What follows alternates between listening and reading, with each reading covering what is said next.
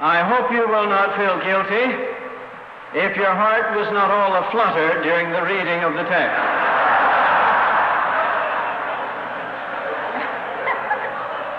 It's not very interesting. It's a list of names, a list of strange names. I always tell my students in preaching class, when you're preaching from biblical texts, avoid the lists. They're deadly. Don't preach from the lists. It seems that Paul is calling the roll. That's a strange thing in itself. I have never worshiped in a church in which anyone got up and called the roll. It could be very dull. Well, it could be interesting in a way. Calling the roll sometimes is not all that bad. Last December, I was summoned, Superior Court, DeKalb County, Georgia, to serve on the jury. On Monday morning at 9 o'clock, 240 of us formed the pool out of which the juries for civil and criminal cases would be chosen. The deputy clerk of the Superior Court stood and called the roll. 240 names. She did not have them in alphabetical order. You had to listen. And while I was listening, I began to listen. There were two Bill Johnsons. One was black and one was white, and they were both Bill Johnson. There was a man named Clark, a Mr. Clark, who answered when the clerk read, Mrs. Clark. And he said, here. And she looked up and said, Mrs. Clark. And he said, here. And she said, Mrs. Clark. And he stood up and said, well, I thought the letter was for me, and I opened it.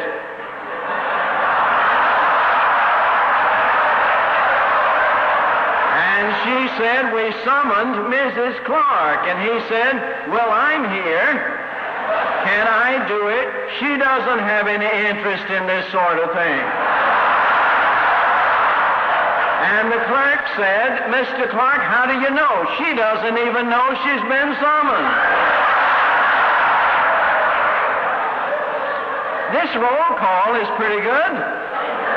There was a man there whose name I wrote down phonetically because I couldn't spell it. His name was Zerfel Leichenstein.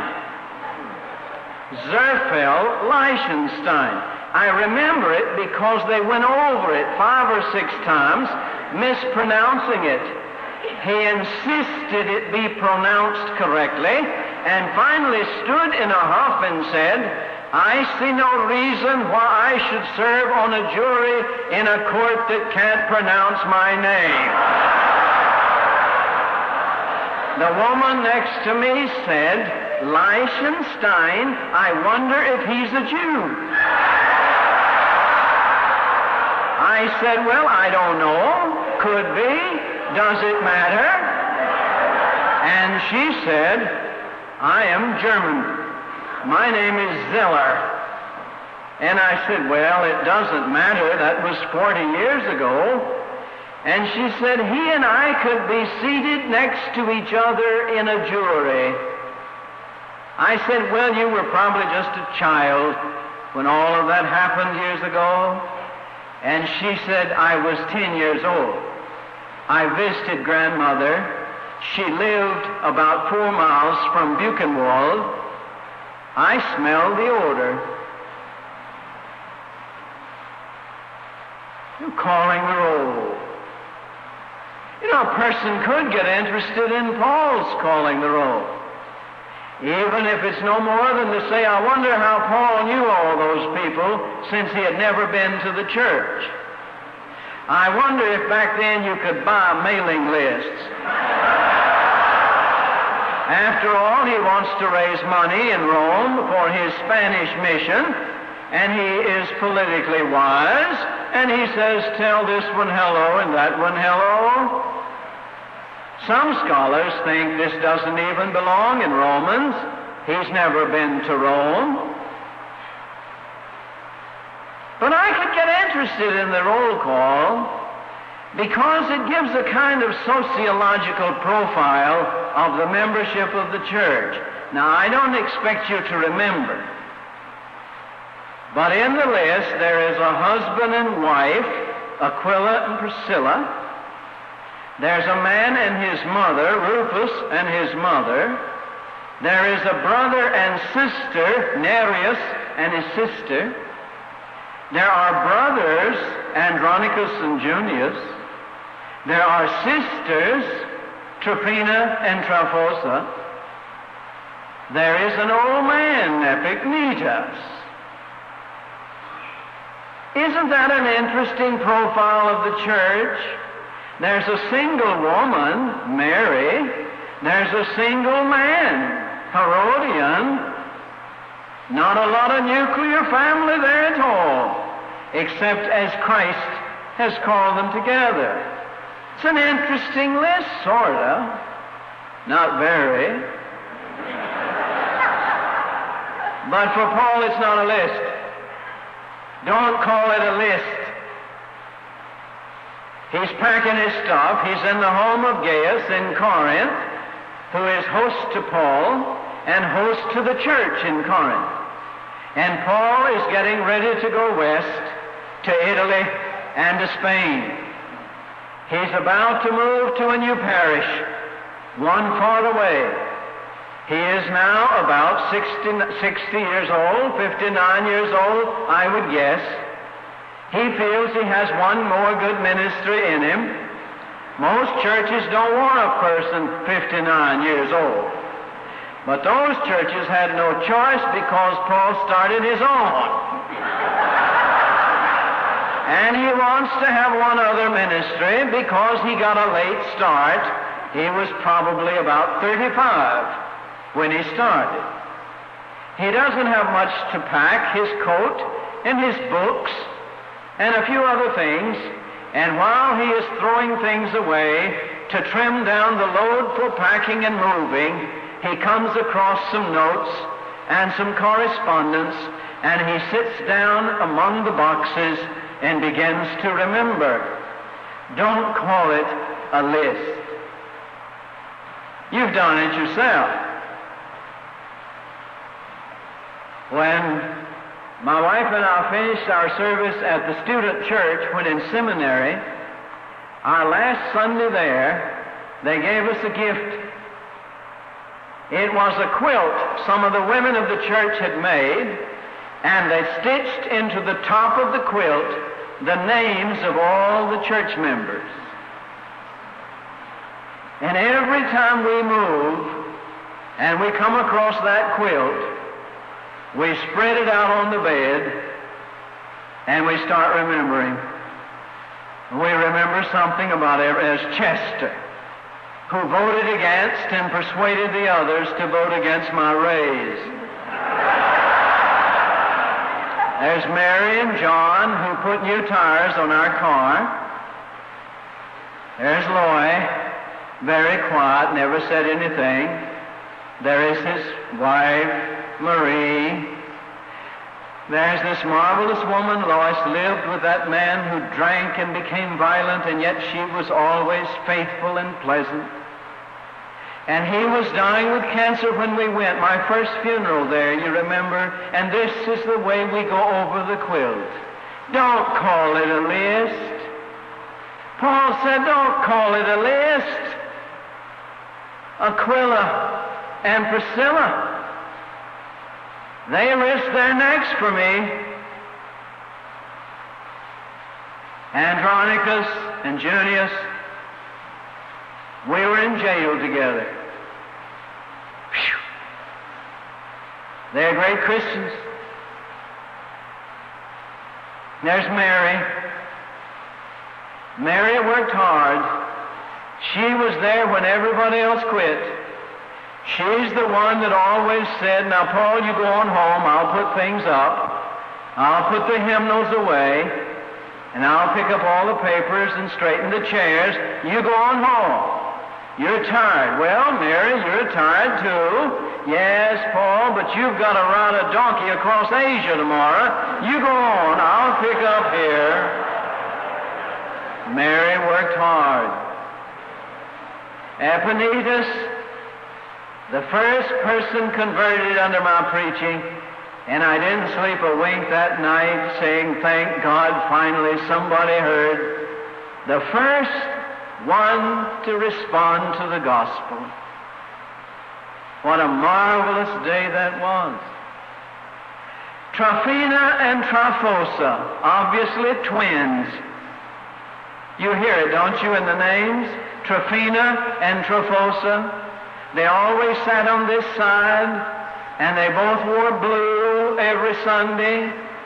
I never knew them apart, really.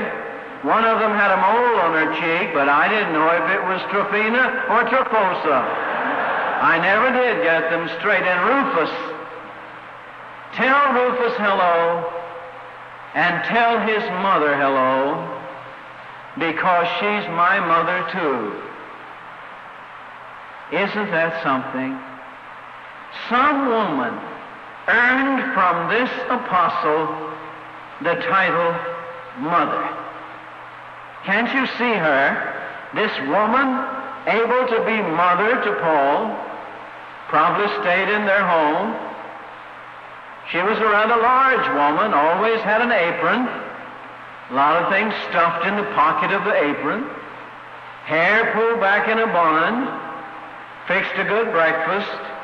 Paul said, I'm sorry, I can't stay. I have to be on my way. Sit down and eat your breakfast. I don't care if you are an apostle, you got to eat. Tell my mother hello.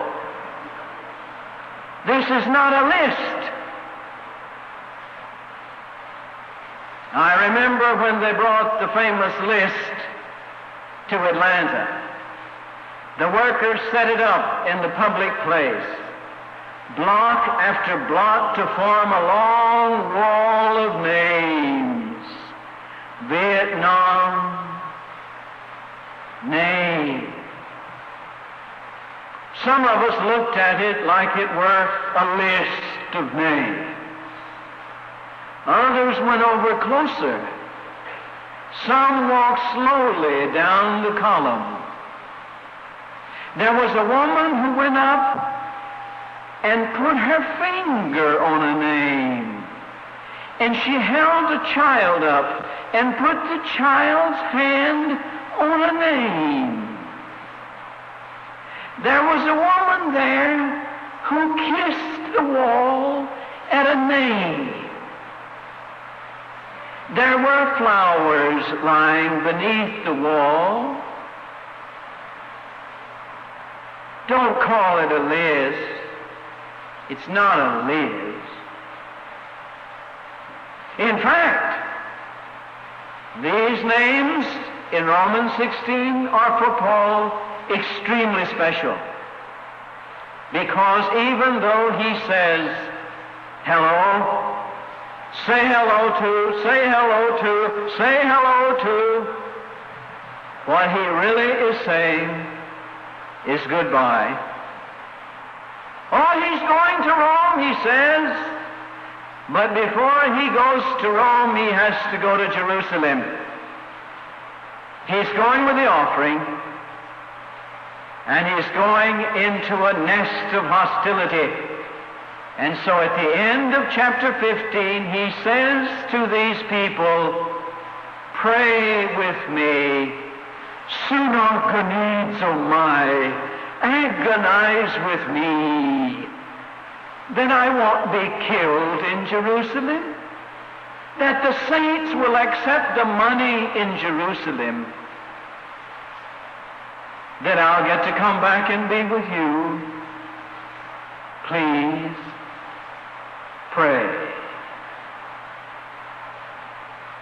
are not just names. Do you have a piece of paper? Do you have a piece of... Well, use your worship bulletin. Would you write in the margin somewhere or at the bottom these words? I thank my God for all my remembrance of you.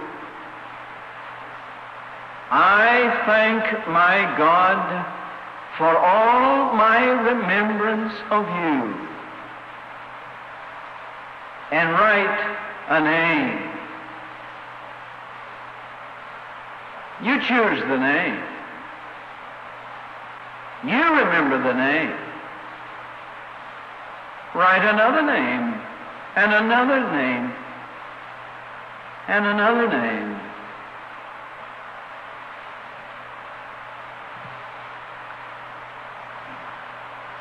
Before I married and was serving a little mission in the Appalachians, I moved in my service down to a place on Watts Bar Lake between Chattanooga and Knoxville, a little village.